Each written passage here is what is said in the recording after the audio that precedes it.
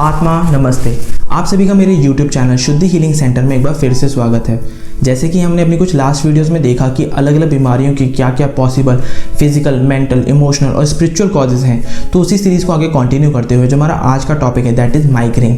तो basically migraine है क्या? तो ये आपके सर में होने वाला एक दर्द है जो कि लगातार नहीं होता है, कॉन्टिन्यूस नहीं होता है, ब्रेक्स के अंदर होता है और बार बार रीअकर होता रहता है। आपको लगेगा कि अभी दर्द नहीं है, ये कुछ टाइम के बाद फिर से आपके अंदर हेडेक की कंडीशन आपको देखने को मिलेगी।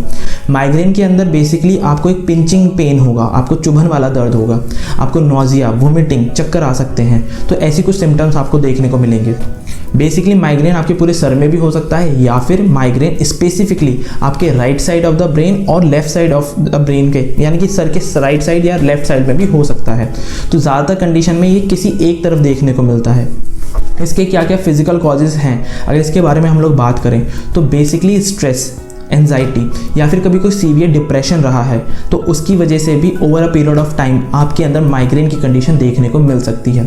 इसके साथ साथ अगर आपकी जो डाइट्स है, आपकी जो फूड हैबिट है वो ठीक नहीं है, आप काफ़ी ज़्यादा डीप फ्राइड फूड ले रहे हैं, बर्गर, पिज़्ज़ा, इस तरीके की चीज़ें ले रहे हैं, या फिर आपका कैफीन का कंजप्शन बहुत ज़्यादा है, आप कोल्ड ड्रिंक, चाय, कॉफ़ी, ऐसी चीज़ों का कंजप्शन बहुत ज़्यादा है, तो भी over a period of time आपके अंदर माइग्रेन की कंडीशन डेवलप हो सकती है।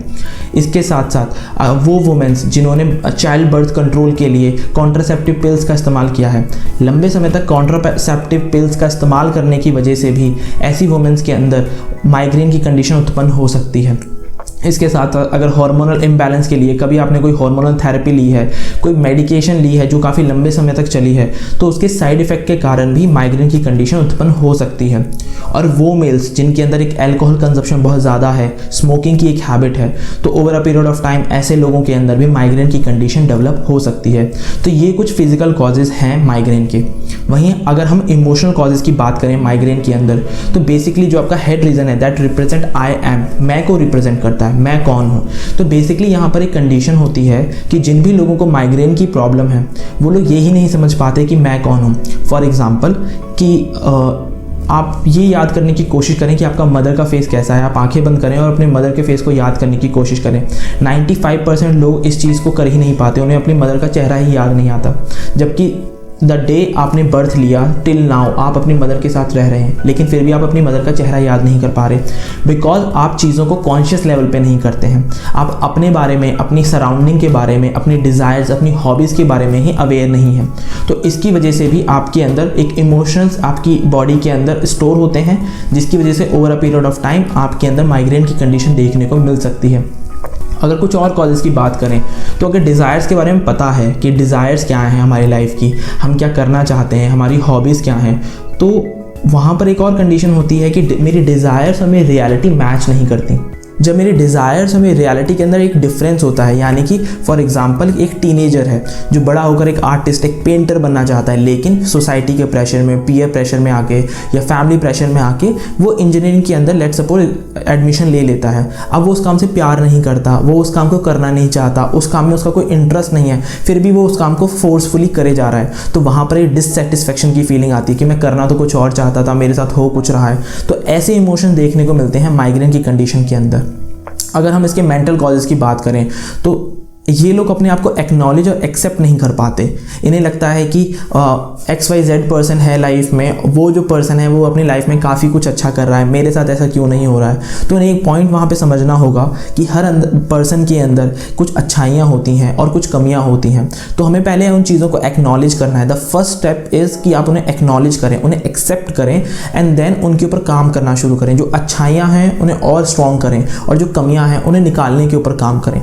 तो पहले ये लोग अपने आप को एक्नॉलेज और एक्सेप्ट करना सीखें। उसके लिए एक चीज़ कर सकते हैं कि जर्नल राइटिंग शुरू करें। एक पेपर और पेन लें, उसके ऊपर अपनी अच्छाइयाँ लिखें, अपनी कमियाँ लिखें, जिससे ये लोग अवेयर होंगे अपने बारे में। ये लोग कॉन्शियस लेवल पे सोच पाएंगे कि अपनी लाइफ में क्या चाहते हैं, इनकी लाइफ में क्या कमियाँ हैं और ये किन कमियों को दूर कर कर और कहाँ पहुँचना चाहते हैं। तो ये पेपर पेन लेकर इन सारी चीज़ों को नोट डाउन कर सकते हैं। उसके साथ साथ इन्हें एक और सवाल पूछने की ज़रूरत है खुद से कि अगर सारी की सारी कंडीशन मेरे आसपास आइडियल होती, जैसा मैं चाहता हूँ, जैसे मैं सोचता था वैसी होती, तो मैं आज क्या कर रहा होता। राइट डाउन करें उस चीज़ को। जब आप लिखेंगे तो आपको पता चलेगा कि आप करना क्या चाहते थे, और जब आप लिख लेंगे तब आप इस बात को एक्नॉलेज और एक्सेप्ट करें कि सराउंडिंग या एनवायरनमेंट आपके हिसाब से नहीं बदलेगा, आपको उसके हिसाब से एडजस्ट होना पड़ेगा।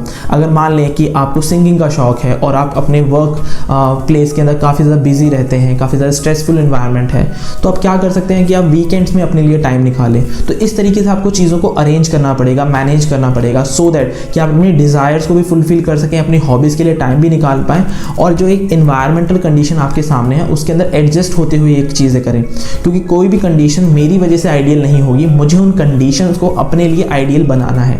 तो इन लोगों को इन बातों को एक्नॉलेज और एक्सेप्ट करने की बहुत ज़्यादा रिक्वायरमेंट है।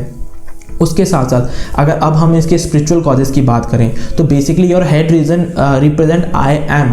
तो I am who I am, I am that I am, ये चीज़ आपने बहुत बार सुनी होगी, या फिर आपने सुना होगा अहम ब्रह्मास्मि, मैं ही ब्रह्मा का अंश हूँ या मैं ही ब्रह्म हूँ। तो क्या है कि आप गॉड के ही एक अंश हैं, आप परमात्मा के ही एक अंश हैं, आत्मा परमात्मा का ही एक अंश है। तो उस चीज़ के ऊपर काम करने के लिए आपको अपने डेवलपमेंट, अपने स्पिरिचुअल डेवलपमेंट में काम करना होगा, आपको अपनी सेल्फ के ऊपर काम करना होगा। तो आप कैसे कर सकते हैं? आप मेडिटेशन करें। जब आप मेडिटेशन करेंगे तो ना सिर्फ आपके परसेप्शंस क्लियर होंगे, आपकी स्पिरिचुअल ग्रोथ होगी, इवन आपकी जो एक चीज़ों को देखने का नज़रिया है वो बदलेगा, और आपकी जो फिजिकल प्रॉब्लम्स हैं आप देखेंगे over a period of time वो भी रिवर्स होने लगेंगी। अगर माइग्रेन की कंडीशन है वो ठीक होने लगेगी। तो आप ऐसे केसेस के अंदर मेडिटेशन कर सकते हैं।